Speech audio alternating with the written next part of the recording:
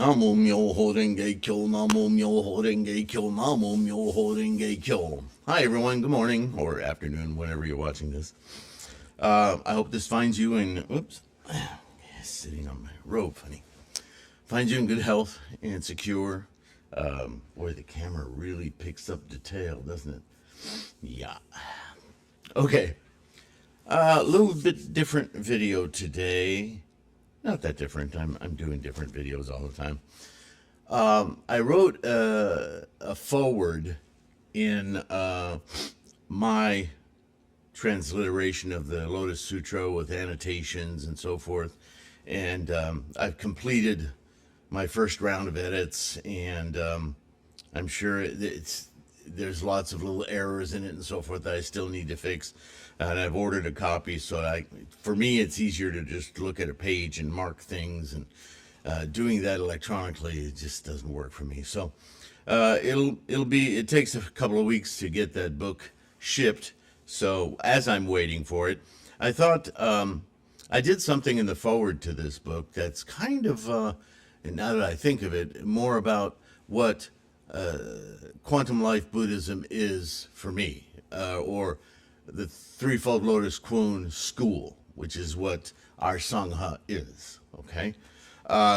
So what is it that I'm doing here? I have on threefoldlotus.com a link on the origins of TLK, so how this school came about.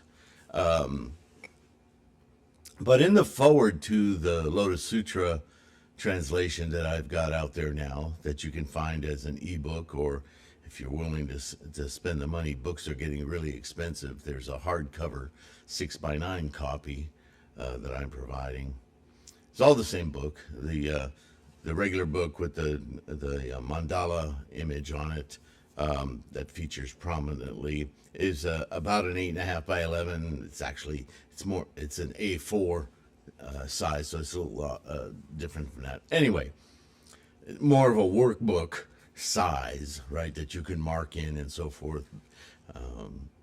The smaller hardcover is more of a reference book, right, just like the Buddhism reference book that's now online as an ebook, volumes 1 and 2 combined, which I just thought made more sense. It's some, 570 pages or something like that. So it's a big book, but and I'm not sure if I'm going to make that available. Maybe I'll make that available as a hardcover. Oh, they are hardcovers. What am I saying? But right now, volume 1 and 2 in print are separate volumes. Should I combine them? Let me know in the comments. Let me know what you think. Anyway, I thought with this video, what I would do is, as I review the foreword to make sure it's coherent, that I would read it with you and cover these basic aspects of our school. So I'll just tell you the titles of each section. The first is the Mahayana. What is the Mahayana? What does this school understand the Mahayana to be? What do I, in my years of scholarship and study and practice, what do I understand the Mahayana to be? Useful. Shoju versus Shakubuku. This is an ongoing debate. What did Nichiren mean? Well, how to interpret Nichiren? What did Shakyamuni have to say about it, right? Identification. I bring that subject up often, and it's not a common subject or a word used in modern parlance of Buddhist practice, but it should be, because identification is the crux of the around which Buddhism is built. Okay, so I have a paragraph or two on that. Scholarship. What do we mean by scholarship? And then a section called Buddhism is about the mind. You often hear me say that, so I go into it a little deeper here.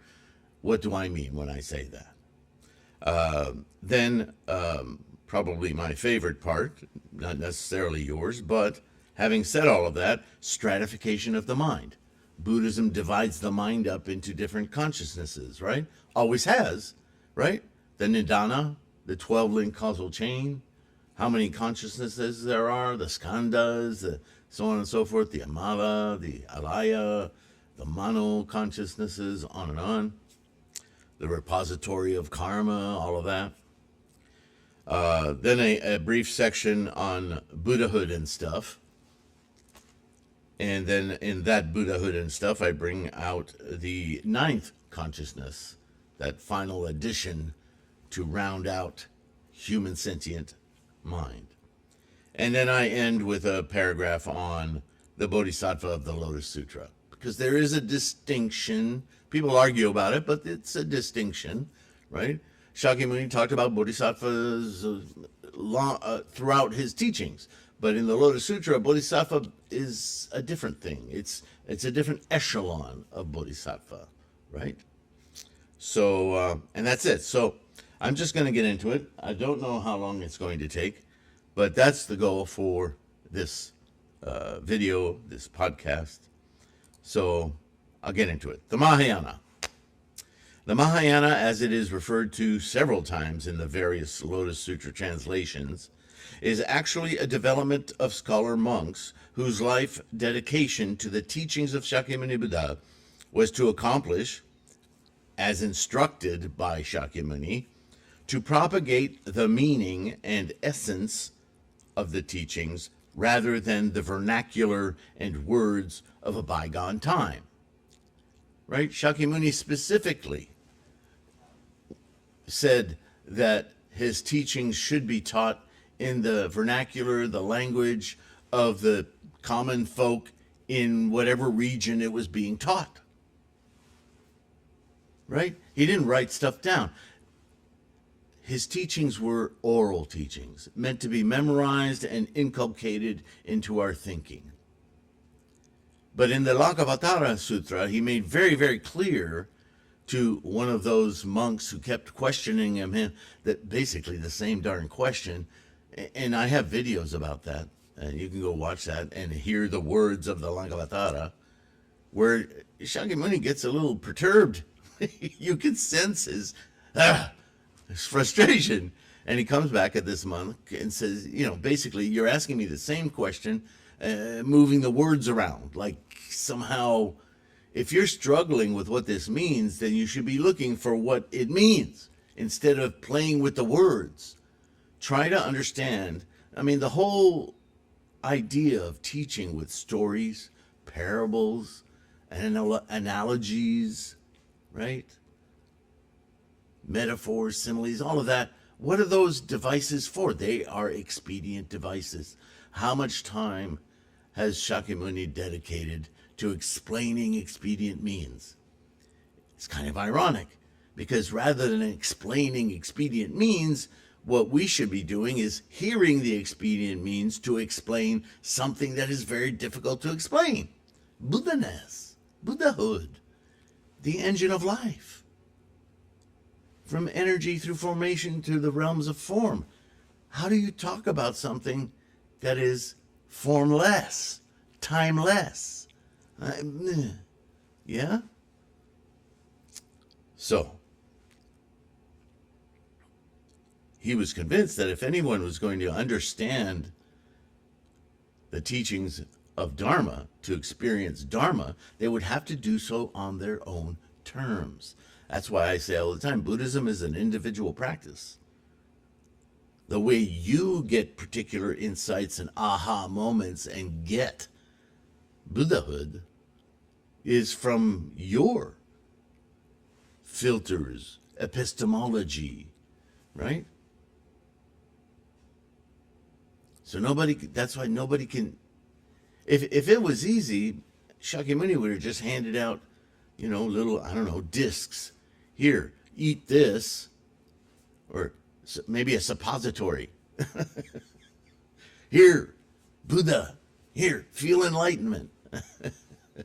Right? Even his attempt in analogies to do that by sending out the ray of light from his head, his forehead or his top knot, whatever, or every pore of his body, as he's done in some examples, right? Is about that. I'll give you a glimpse, but it can't do this for everyone. You must do it for yourself. And so use these stories and these analogies to get an idea. So, of course, his students would go on over hundreds of years while cultures evolved, education evolved, understanding evolved, right? People's capacities change over time. Shakyamuni said this how many times? Nichiren certainly says it all the time, reminds us, yes? That's why Nichiren's doctrine is so important to us, because it's relevant to our time, our capacities. In Shakyamuni's view, the people of a given era would grow in capacity and language to understand the teachings more profoundly over time and cultures. This, then, was the imperative to teach in the language of the people and the era one is teaching within. Nichiren certainly looked upon the Lotus Sutra in particular, the collection of sutras compiled by the Indian scholar monk Kumarajiva, as the actual teachings, therefore, of Shakyamuni. There's a lot of argument about this from earlier schools of thought, the Pali school, which is totally an invention of that sect, right? Because once the translations started happening, they were translated into Gandhari languages, that area, Gandhara. I've showed you this book before of recent 20th century discoveries in the northeastern, what used to be northeastern India, right? That region called Gandhara. It has some translations, a really wonderful read. But all kinds of languages. Yes, Pali, but Sanskrit, but other scripts. Anyway, point is,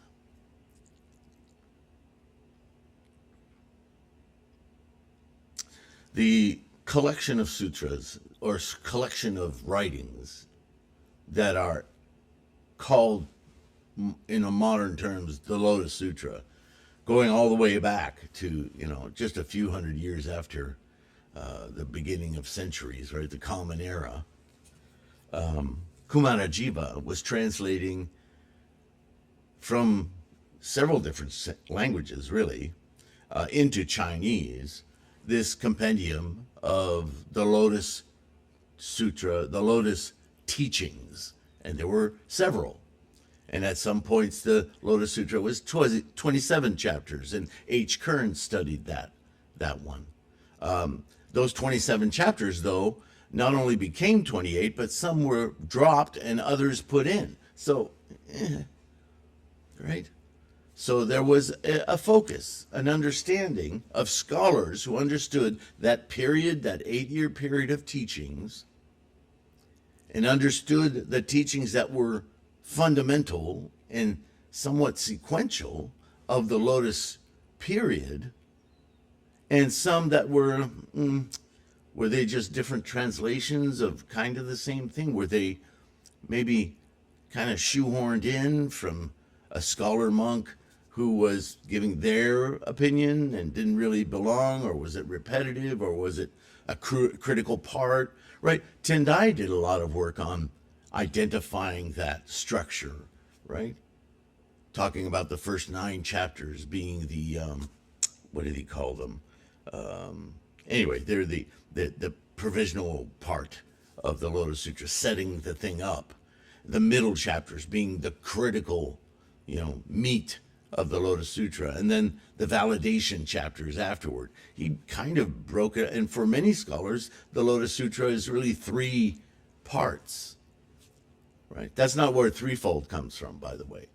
Threefold comes from the introductory sutra, which is almost, you could say, the 3 initial chapters of the Lotus Sutra, which would then make it 31 chapters long, right? Or 32 if you include the epilogue chapter. But they're treated as separate sutras. Okay. I mean, even the Lotus Sutra itself begins in its introduction talking about the preamble, if you will, right? The prologue of itself, the immeasurable meanings, as a different meditation. Anyway, you'll read all about that in my translation, transliteration, if you will, and annotated Lotus Sutra. I think it's important to tie these things together. Why take things as, well, this is the Lotus Sutra, this is how it works. It's related to this. Oh, I see how they're interrelated. Oh, maybe that's just a name for. It's nice to be able to put this thing in, what do they say, putting your ducks in a row. I never really understood what that meant, except that there's an order to things. We think linearly. That's samsara. That's our mind. Yeah? But there's a way to get around that mind, the mind. It's not a different mind, but there's a mind that's not attached, not reliant on that line to experience the whole of everything at once. But we're jumping ahead. So let me continue with this first part. Like you're stopping me. So Kumarajiva is the actual teachings, therefore, of Shakyamuni. In other words, you could claim that somebody who's writing this stuff down hundreds of years after Shakyamuni's dead, that, well, those can't be the words of Shakyamuni because he's been dead 400 years. But you could also say that the scientists today that are discovering things like the microwave background radiation and the gravitational waves and quantum mechanics and quantum fields, that they're not diminishing or some separate lineage of scientific rigor than Albert Einstein.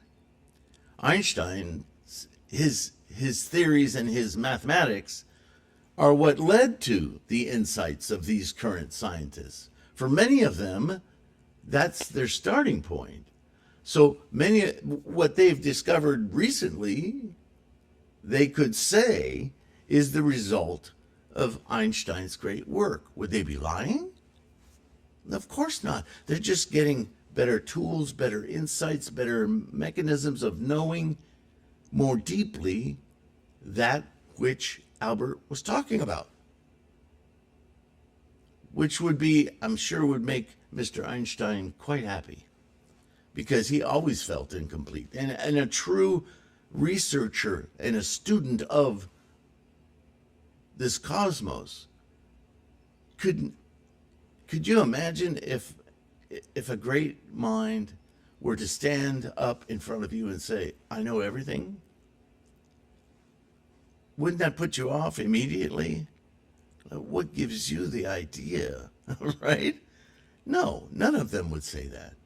They're excited by the rigor of knowing, researching, digging, and they're excited by discovery. And right away, their discovery suggests there's more to discover. That's a full life, yes? Well, in many ways, this is Buddhism. Buddhism doesn't say, what Shakyamuni said on October 7th of this year, of that time, in that place, that's it, that's everything. Shakyamuni would shudder if he heard you say that. Right? I'm sharing with this with you so that whoever you talk to, in whatever language, in whatever place, in whatever time, you can make them understand from their point of view this amazing, excellent thing, the cosmos. It's much bigger than Siddhartha Gautama, yes?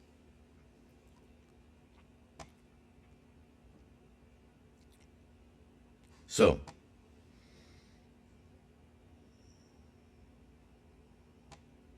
let me start over again because I got off track there. Nichiren certainly looked upon the Lotus Sutra, in particular the collection of sutras compiled by the Indian scholar monk Kumarajiva, as the actual teachings, therefore, of Shakyamuni. Why wouldn't he?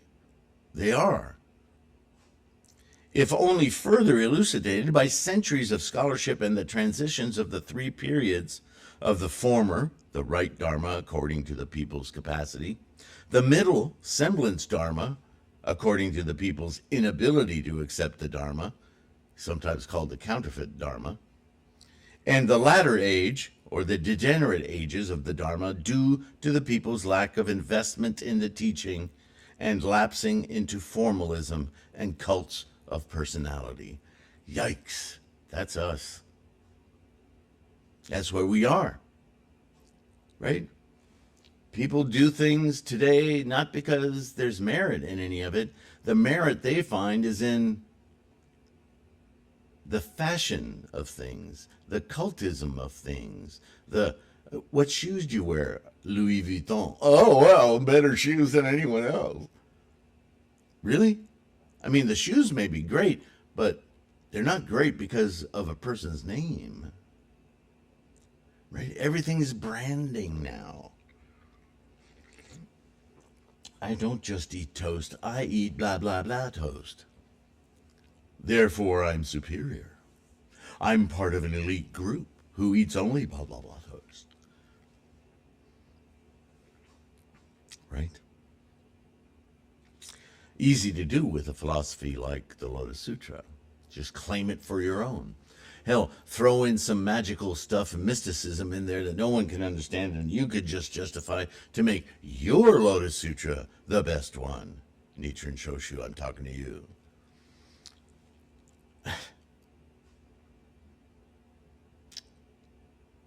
The teaching is amazing enough without, using your ego to make it more special? What are you doing? The misunderstanding of this critical point is often the subject of controversies and attacks from practitioners of earlier teachings to claim superiority over the lotus. Nichiren battles these erroneous views in person and in many writings, like, for instance, his Gosho on the errors in 8 schools, the 8 schools that were very predominant in his time in Japan. And he points out how they're all derivations, deviations, and outright lies. Ouch, right? It just calls them out. However, the misinformation continues to propagate to this day. I used to, I don't anymore. Namo Myoho Renge Kyo, protection of the of my Buddhist practice. But I remember in my early days getting people angry emails from Theravadists and other, Hinayana or Tripitaka schools. And it's hard. How do you deal with that? Because they're so convinced. You can get into their face, but then it's, it gets angry. And I'm not interested in having those battles. I certainly don't anymore. In any way. I don't even engage it anymore. You'll find out. That you found me and you have something to argue about actually is a positive indication, because it means you're looking around, and sooner or later you're going to understand the waters that you're swimming in, and so you'll figure it out. Namo Myoho Renge Kyo. Right? The controversy continues the myth of the 3 vehicles, Shravakas, Pratyekabuddhas, and pre-Lotus Bodhisattva, or that Arhat thing, as though the Mahayana were a completely separate 4th vehicle. They just look at Mahayana entirely as not of Shakyamuni, which is ridiculous. It's what Shakyamuni wanted explicitly. Teaching rather than a development of scholarship prescribed by Shakyamuni himself for the full awakening of Buddhahood as a contemporary experience in one's actual lifetime. Right? For a bit more on this, see the section below on the Bodhisattva of the Lotus Sutra. And that's all I wrote about Mahayana. Just as to encapsulate the mindset of this school, and certainly of the Nichiren's doctrine of the Lotus Sutra. Yeah. Now, when it comes to Shoju versus Shakabuku, in the Lotus Sutra, after the first 9 chapters of the justifications and preparations for a large paradigm shift in the teachings of enlightenment for the entrenched monastic communities maintaining of ancient ideas of reincarnation or some form of afterlife, directly in the face of the doctrines of impermanence, emptiness, and liberation and cessation. This is a very profound problem in the proper understanding and practice of Lotus Sutra Buddhism, and therefore must be confronted. In fact, the Lotus Sutra is a confrontation of those schools of thought. He wasn't confronting his earlier teachings. He was confronting the inability of these monks to get past their old cultural training and using his very teachings to compound their errors.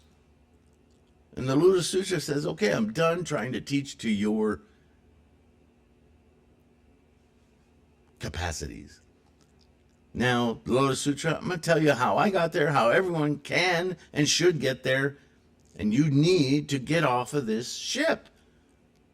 Not the ship I've been offering you, but the one you keep forcing into my teachings. And he does a compassionate way of doing that and a very strong way of doing that throughout the first 9 chapters. In the parable of the conjured city, or the apparitional city, or whatever translation you're reading, of chapter 7, Shakyamuni introduces the idea that those Shravakas and Pratyekabuddhas looking to the achievement of Arhat or Arahant as the ultimate goal of their Buddhist practice in the attainment of nirvana, for these Arhats, the idea or eventuality of Buddhahood or the experience of Buddha was some far distant, if ever attainable state, involving multitudes of lifetimes and not imaginable in this lifetime. Well, that's not Buddhism. So where did that come from? Why is that still held by these students who are not being taught this? But because this is their inculcated way of thinking, Shakyamuni is trying to use it to break it up, and it just won't let go of it. So you find it in translations of earlier sutras all the time. This discussion of in your future life, in this future life, not another, where you'll go meet a different Buddha. What? All that fancy storytelling. It was, you could say it was provisional, but it's also darkly colored by the limitations of those people's capacities. So Lotus Sutra says, okay, we're done doing that because it's poison. And so this is only attributable to the ingrained ideas of previous generations of Indian culture and religions for whom reincarnation was simply a fact of life. It was now time to dissolve this erroneous and improper concept in Buddhist practice. In The Conjured City, Shakyamuni makes it clear that the nirvana, quote unquote, that the arhats accept they have achieved is in fact a false belief. That a conjured nirvana, like the conjured city, simply to assuage their laziness and lack of resolve to attain the true goal of practice. This provisional nirvana was like the conjured city, a resting space for the preparation of the practitioners to aspire to the final journey to Buddhahood. Not in another lifetime, not in millions of eons. It was, after all, Siddhartha's stated mission on his determined path to enlightenment that the only thing that would suffice is the ultimate truth for all living beings, to live this lifetime free of stress and anxieties, to enable all sentient beings to live this life fully, without regret, to the full of their potential. That was his goal, right? Buddhahood, as it came to be called, was the goal for this life, not some future dream or fantasy. For Nichiren, this was a palpable and obvious paradigm shift in propagation. The achievement of calm and equanimity of the Charvaka and Pratyekabuddha were a soft propagation, shoju, indicative of the second Dharma age, the semblance Dharma, incomplete and falling short of the true goal of attainment of Buddha-ness.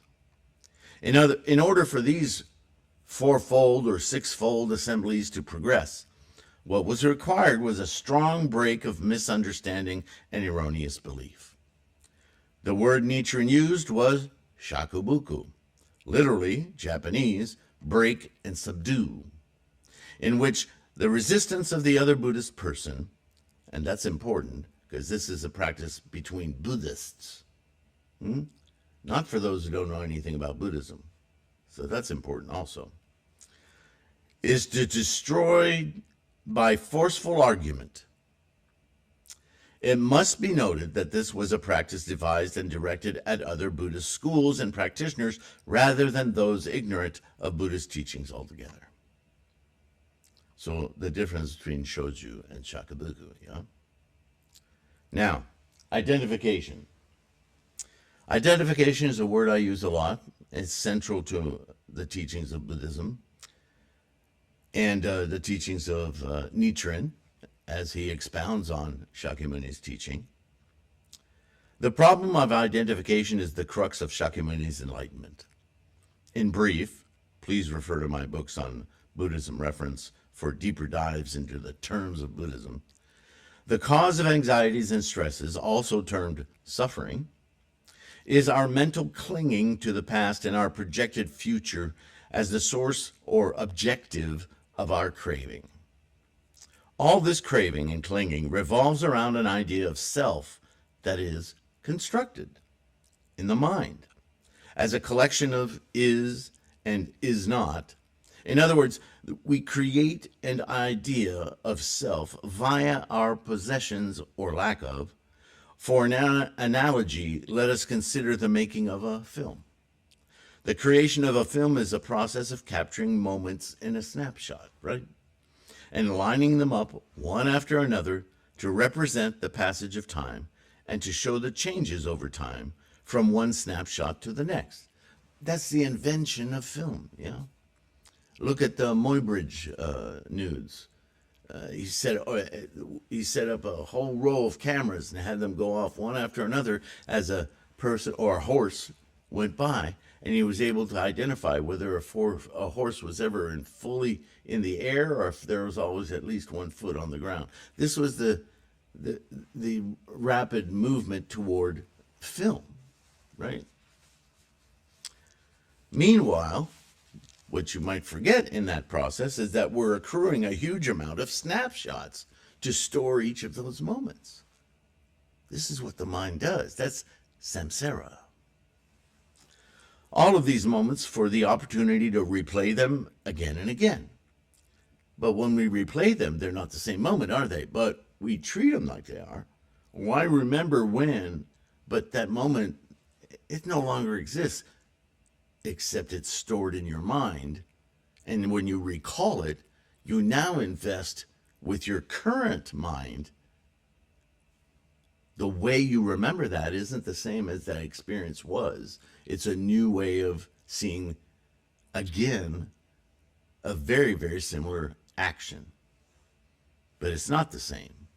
But we tell ourselves it is. See this? You can see the problem here, right? So,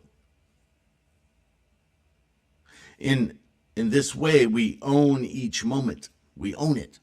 And we can rearrange or edit it at will for revisions of our film for replay. This is the way I remember it. The film reflects on our sensibilities, talents, storytelling, some aspects of our self.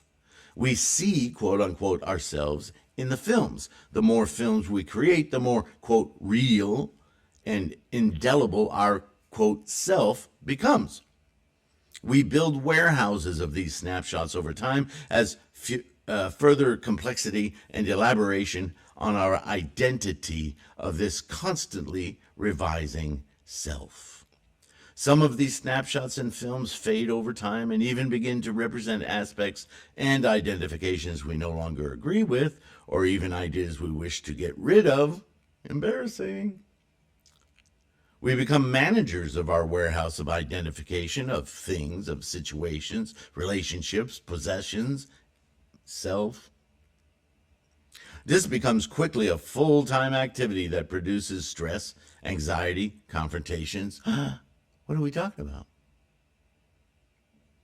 The truth of the matter, though, is that this is not how life happens. Real life has no snapshots. The snapshots are constructions of the mind. Samsara. Our sentient mind is capable of experience without the need or requirements of snapshots. Life occurs in moments, from moment to moment. Life is a contiguous process of instantiations from a sphere of potential, producing and influenced in a two-way interaction between potential and instantiation. The cosmos is a vast collection, in each instance, of instantiations, discrete and singular moments, from the potential of quiescent energy, again, refer to the book Buddhism Reference, descriptions of the moment. Each planet, asteroid, sun, star, moon, is a subset of that potential, formed into an expression of form. That, quote, form, being a momentary instantiation of tendencies and conditions that is, again, influenced into a new instantiation via its environments, etc.